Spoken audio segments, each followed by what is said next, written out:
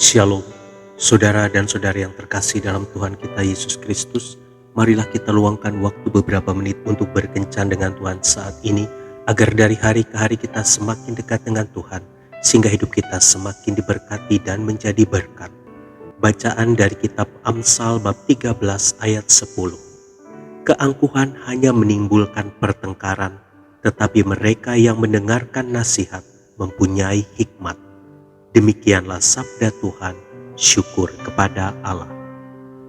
Saudara dan saudari yang terkasih dalam Tuhan kita Yesus Kristus, mengapa dikatakan bahwa keangkuhan mendatangkan penderitaan bagi manusia? Orang yang angkuh tidak bisa bersabar jika ada orang yang menghalangi keinginannya. Ia mudah tersinggung, mudah sakit hati, dan menyimpan dendam kepada sesama.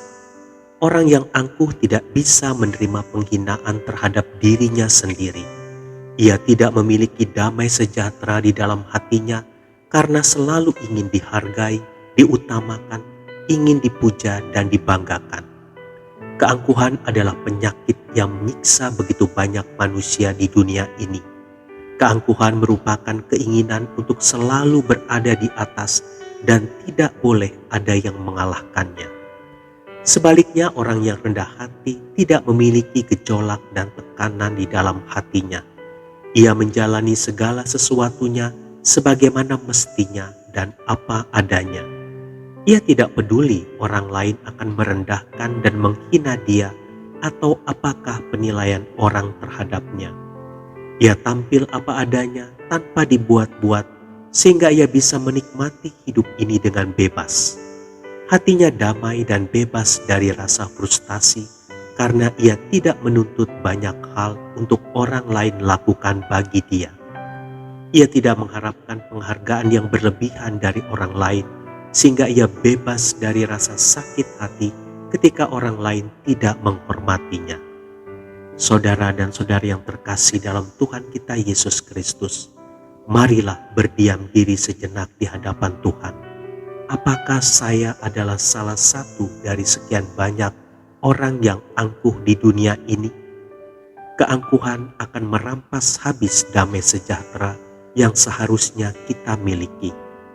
Belajarlah pada Yesus yang rendah hati, karena dengan demikian kita akan mendapatkan ketenangan jiwa.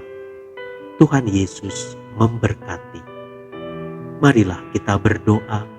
Dalam nama Bapa dan Putra dan Roh Kudus. Amin.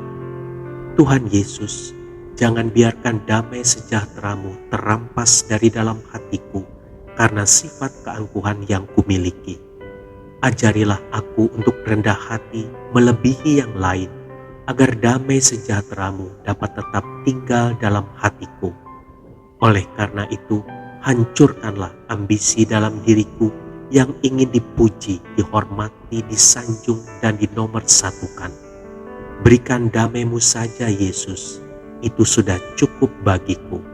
Karena damai-Mu menjadikan senyumku indah, seindah pancaran kasih-Mu. Amin. Dalam nama Bapa dan Putra dan Roh Kudus. Amin.